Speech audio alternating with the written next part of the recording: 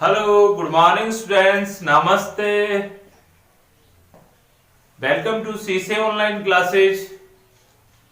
Political science 11th class में हम start किए हुए थे लोकल गवर्नमेंट्स में हमने अब तक जो रीड किया 73 अमेंडमेंट 1992 जिसे मेन फीचर्स हमने पढ़ लिए थे। आज के लेक्चर में हम उसके आगे का जो पार्ट्स है 74 अमेंडमेंट 1992 उसके बारे में डिस्कस करने वाले हैं। तो थोड़ा सा ये जान लीजिए 73 अमेंडमेंट एंड 74 अमेंडमेंट दोनों का रिलेशन इस तरह से है कि दोनों एक ही साथ आए और दोनों में थोड़ा सा डिफरेंस है। तो आज हम देखेंगे क्या डिफरेंस है और वो किसके लिए था और 74 किसके लिए है। तो 73rd अमेंडमेंट को आपने अच्छे से देख लिया, रीड कर लिया। अब हम 74 की ओर आ रहे हैं। तो आज हम बात करेंगे 74 अमेंडमेंट 1992। तो ये जो स्टूडेंट्स ये जो अमेंडमेंट था वह कैम टू अभी 1992 में पार्लियामेंट में से पास किया। उस समय जो गवर्नमेंट थी वो थी PV Narasimha Rao government. PV Narasimha Rao prime minister of India, उस समय भारत के प्रधानमंत्री पीवी नरसिम्हा राव थी, कांग्रेस की गवर्नमेंट थी। और पीवी नरसिम्हा राव नामक व्यक्ति जो कि उस समय भारत के प्रधानमंत्री थे, उन्होंने पास किया था पार्लियामेंट में 1992 में और से फोर्स ऑन किया गया 1 जून 1993। 1 जून 1993 में इसे लागू कर दिया गया। जैसे आप लोग देखिए 73 अमेंडमेंट जो था उसे फोर्स इट किया गया था 24 अप्रैल 1993 में। वहीं आपका जो 74 अमेंडमेंट है वो लाया गया था 92 में और फोर्स इट किया गया 1993 में। तो यहां से आपको ध्यान रखना है। तो यहां से दो प्रश्न बनते हैं कि 94 जो अमेंडमेंट था 74 जो अमेंडमेंट था उसे फोर्स इट कब किया गया 1 जून 1993 में और पास्ड बाय गवर्नमेंट। उस समय देश के प्राइम मिनिस्टर कौन थे? तो पीवी नरसिम्हा राव भारत के प्रधानमंत्री थे और पार्लियामेंट ने उसे 1992 में पास किया था। इसके बाद देखिए इसमें मेन फीचर क्या थे। आपका जो 74 अमेंडमेंट आया उसमें मेन फीचर क्या थे या क्या क्या चेंजेज आए कॉन्स्टिट्यूशन में जब इसको लाया गया। तो फर्स्ट देखिए आप, फर्स्ट जो चेंजेज आया, this act has added a new part. इस अमेंडमेंट के द्वारा कुछ पार्ट्स जोड़े गए, एक्ट जोड़े गए, जिसमें पहला पार्ट जोड़ा गया पार्ट 9th ए, भाग 9 में ए करके एक पार्ट जोड़ा गया 9th ए। जैसा कि आपको पता है वहां 9 था, वहां 9A 74 में जो पार्ट जोड़ा गया वो 9A है और कॉन्स्टिट्यूशन ऑफ इंडिया में जोड़ा गया। उसके बाद देखिए इसका जो टाइटल था 9A में जो टाइटल है द नगरपालिकाज एक टाइटल जोड़ा गया, शीर्षक था इसका द नगरपालिकाज। और and constitute of the provisions for article 243p 243ZG in addition, यानी ये ऐड कर दिया गया 243p। जैसे वहां आप लोग देखिए 243 से लेके और 243 ओ के बाद स्टार्ट होता है p, 243p to 243ZG यानी XYZ तक आया। उसके बाद ABC दोबारा स्टार्ट हुआ और चला गया G तक, ZG तक। तो ZG को याद रखना आपको, ZG का संबंध 74 अमेंडमेंट से है और किसकी बात करता है? द नगरपालिकाज की बात करता है। तो दो मेन जो चीज थी वो थी 9 पार्ट्स जोड़ा गया, टाइटल जोड़ा गया नगरपालिकाज, आर्टिकल्स जो जोड़े गए वो थे 243p से स्मॉल जो 243 से लेकर 243ZG तक जोड़ा गया। और साथ में also added a new schedule 12 new schedule 12वीं अनुसूची जोड़ी गई कॉन्स्टिट्यूशन में, वहां 11th शेड्यूल जोड़ा गया, यहाँ पे 12th शेड्यूल जोड़ा गया, 12वीं अनुसूची जोड़ी गई, and 18 function item of municipalities, और म्युनिसिपैलिटीज को 18 जो विषय थे वो प्रदान किए गए फंक्शन के, इनके ऊपर कार्य करेगी म्युनिसिपैलिटीज, नगर पालिका। तो ये कुछ इसकी मैन फीचर थे जो कि एडिट किए गए किसमें, 74 अमेंडमेंट में। तो वहां आपका जो अमेंडमेंट 73 था उसके साथ में अगर आप लोग रिलेटेड करें तो वहां 9 था या 9A है, वहां का टाइटल जो था वो पंचायत था, द पंचायत था या द नगर पालिका था। वह 24 आर्टिकल्स से लेकर 24 आर्टिकल और तक था, या 24 3P से लेकर 24 3ZG तक है, और वहां शेड्यूल 11 था, वहां यहाँ शेड्यूल 12 है, ठीक है। और वहां जो आपका जो फंक्शन या आइटम जो जोड़े गए थे, सब्जेक्ट जो दिए गए पंचायत को, वो थे 29 सब्जेक्ट्स, और यहाँ पे थे 18। इसके बाद देखिए इसका संबंध किससे है, रिलेटेड किससे है 74 अमेंडमेंट। तो 74 amendment dealt with the urban local bodies और नगर पालिका। इसका संबंध जो है वो कहां से है, अर्बन लोकल बॉडीज से है। अर्बन लोकल बॉडीज है। 73 अमेंडमेंट का संबंध किससे था, rural government, rural local bodies से था। वहीं जो आपका 74 अमेंडमेंट है बाद में आया, वो था अर्बन लोकल बॉडीज से, यानी शहरी निकायों से है। स्थानीय शासन में दो क्या है इसके टाइप हैं, एक अर्बन है तो एक रूरल है।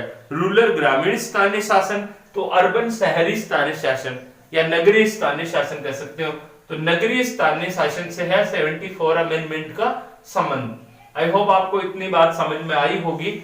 अब देखिए जब बात कर रहा है किसकी, अर्बन लोकल बॉडीज की, तो आपको अर्बन को समझना होगा कि what is an urban area. Urban area किसे कहेंगे, व्हाट इज अर्बन एरिया, यानी शहर कौन से होंगे। यहां जो बात करी गई वो 74 अमेंडमेंट किसकी बात करता है, अर्बन एरियाज की बात करता है। और urban areas, urban local bodies, यानी अर्बन एरिया में जो काम करेगी वो बॉडीज, वहां पर जो होगी वो नगर पालिका होगी। नगर पालिका के टाइप्स होंगे, जैसे वहां 3 टायर थे, यहाँ भी 3 टायर की बात करेंगे हम आगे। लेकिन यहाँ हम बात कर रहे हैं what is urban areas. Urban area क्या है, यानी शहर किसे कहेंगे आप। What is urban area means क्या है, अर्बन एरिया से, यानी वो आपकी बुक्स में जो दिया गया है वो अर्बन एरियाज का जो डेफिनेशन दिया गया है, अर्थ जो मीनिंग्स दिया गया है वो है ए मिनिमम पॉपुलेशन एट 5000। यानी आप ये कह सकते हो कि एक शहर बनने के लिए जो न्यूनतम मिनिमम पॉपुलेशन है, जनसंख्या है, वो 5000 होना चाहिए, 5000 होना चाहिए। यानी वह जगह जहां की जनसंख्या 5000, और पहला जो पॉइंट है वो ये कहता है शहर बनने के लिए, अर्बन बनने के लिए। दूसरी बात करता है at least 75% of male working population England did in non agriculture occupation and. यानी दूसरी जो बात करता है वो ये कहता है कि 75% लोग जो हैं वो क्या होने चाहिए, उस काम को करने चाहिए जो कि नॉन कृषि अवेलेबल है, यानी जो कि एग्रीकल्चर से संबंधित नहीं है। यानी आप ये कह सकते हो किसान या खेती से संबंधित कार्य को नहीं करते हो 75% लोग। जैसे कि आप लोग जानते हैं ग्रामीण जो लेवल है 80% के लोग किससे जुड़े हुए हैं, खेती बाड़ी से जुड़े हुए हैं। जबकि ये कहता है कि शहर के लिए जरूरी है कि नॉन एग्रीकल्चर ऑक्यूपेशन, यानी उस पैसे से नहीं जुड़े होने चाहिए। 75% लोग कृषि से जुड़े हुए नहीं होने चाहिए। यानी क्या होने चाहिए, फिर वो अलग अलग काम करते हो, जैसे सर्विस में हो, या जैसे मान लीजिए कल कारखानों में काम करते हो, प्राइवेट नौकरी करते हो, लेकिन वो कृषि से संबंधित नहीं होनी चाहिए। कितना परसेंट, 75% नॉन एग्रीकल्चर ऑक्यूपेशन, यानी उससे जुड़े हुए नहीं होने चाहिए। तो पहली मिनिमम पॉपुलेशन एट 5000 होना चाहिए। दूसरा 75% लोग ऐसे होने चाहिए जो कि नॉन कृषि यानी कृषि से जुड़े हुए नहीं होने चाहिए। और थर्ड बात करी गई है a density of population of at least 400% पर स्क्वायर मीटर। ये सबसे बड़ी बात है, पर स्क्वायर मीटर यानी डेंसिटी यानी जो बसावट है, लोगों की जो बसावट है वो लगभग कितना 400 लोग पर स्क्वायर मीटर में रहते हो। जैसे ये पर स्क्वायर मीटर का मतलब ये है इधर से और इधर से बराबर होना चाहिए स्क्वायर मीटर।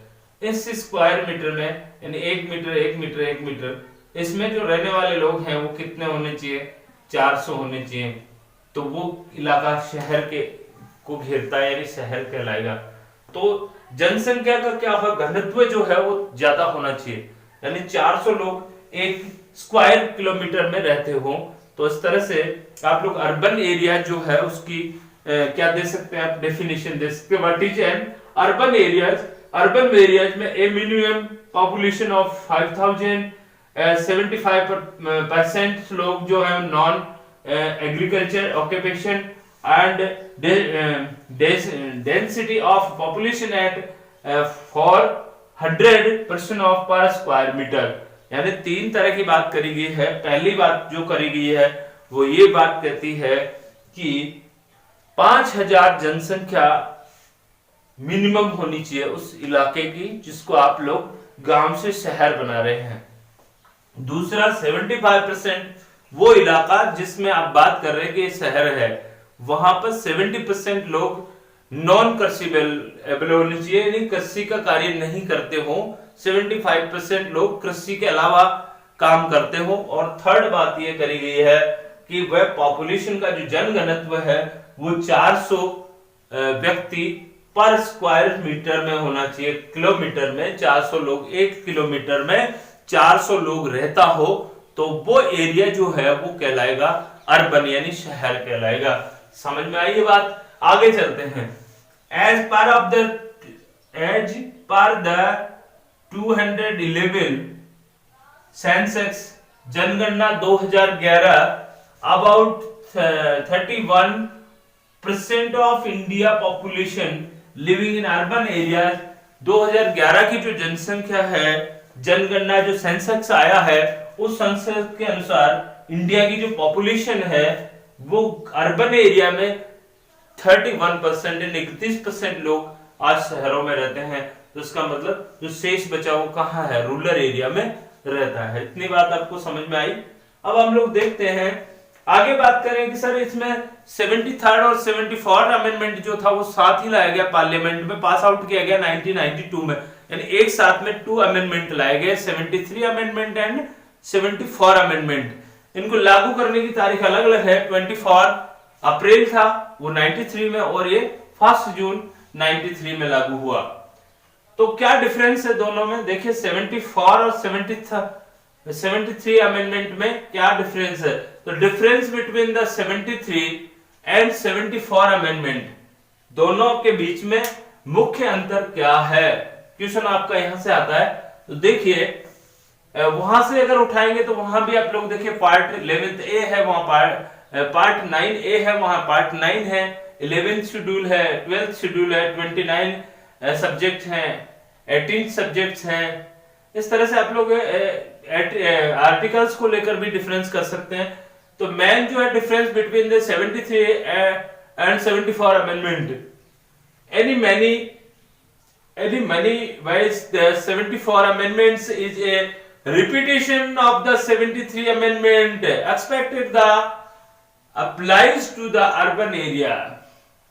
यानी आप यूं समझिए इसको कि एक तरह से 74 जो अमेंडमेंट है वो रिपीटेशन है, बेस्ट कॉपी है किसका? 73 अमेंडमेंट का, और इसे अप्लाई कर दिया गया कहां पे? अर्बन एरियाज में। वो कहां था? रूरल एरियाज में, और ये कहां पर है? अर्बन एरियाज में। यानी रिपीटेशन है किसका? 73 का रिपीटेशन है 74, यानी लगभग सेम फीचर है जो आपका किसमें था? 73 में था वो 74 में है लगभग। फर्क डिफरेंस क्या है, वो रूरल था तो ये अर्बन है। दूसरी बात करी गई यहां, all the provision of the 73 amendment relating to direct elections, यानी जो प्रोविजन 73 में थे उससे रिलेटेड ही क्या है, डायरेक्ट इलेक्शन यानी प्रत्यक्ष चुनाव, रिजर्वेशन आरक्षण, transfer of subjects, state election commission and state finance commission incorporated in the 74 amendment also, and this applied to the नगर पालिकाज में। ये सारी बातें आपका जो 74 अमेंडमेंट है उसमें अप्लाई कर दी गई हैं नगर पालिकाज में। कौन कौन सी बातें हमने वहां पढ़ ली थी, रिलेटेड कौन कौन सी थी, डायरेक्ट इलेक्शन की बात हमने करी कि इनके जो चेयरपर्सन हैं, इनके जो पार्षद हैं, इनके जो पंच हैं वो जनता के द्वारा रिलेटेड होते हैं, डायरेक्ट इलेक्शन होते हैं। वहीं जिला परिषद के जो प्रधान वगैरह हैं वो इनडायरेक्ट होते हैं। रिजर्वेशन की बात करी थी, वुमेन रिजर्वेशन की बात करी कि कुल सीटों में से 1/3 रिजर्व की जाती हैं वुमेन्स के लिए, एससी/एसटी के लिए। पॉपुलेशन में उनका क्या दिया गया है, उनकी जनसंख्या में अनुपात में उनको रिजर्वेशन दिया गया है। वही ओबीसी के रिजर्वेशन की बात की गई है।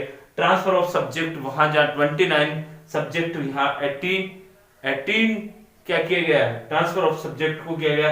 एक स्टेट कमीशन की बात आई थी, स्टेट इलेक्शन कमीशन की बात आई थी। स्टेट इलेक्शन कमीशन जो कि चुनाव करवाएगा, इनके समय समय पर चुनाव करवाएगा। तो ये जो चुनाव कराने वाला स्टेट का इलेक्शन कमीशन था वो 73 में भी था, वो 74 में भी सेम है। ये दोनों के चुनाव कराएगा म्युनिसिपैलिटीज के।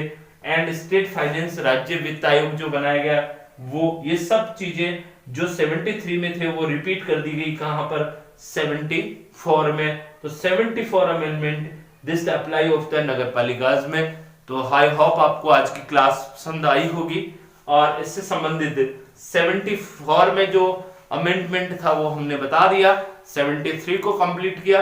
अब ये जो जमीनी स्तर पर किस तरह से लागू हुआ, क्या क्या चेंजेज आए, इन दोनों को लागू करने के बाद अगली क्लास में हम इसके ऊपर डिस्कस करते हैं। मिलते हैं अगली क्लास में। Thank you very much. आपने अभी तक हमारे चैनल को सब्सक्राइब नहीं किया तो सब्सक्राइब करें, लाइक करें और शेयर करें। Thank you very much.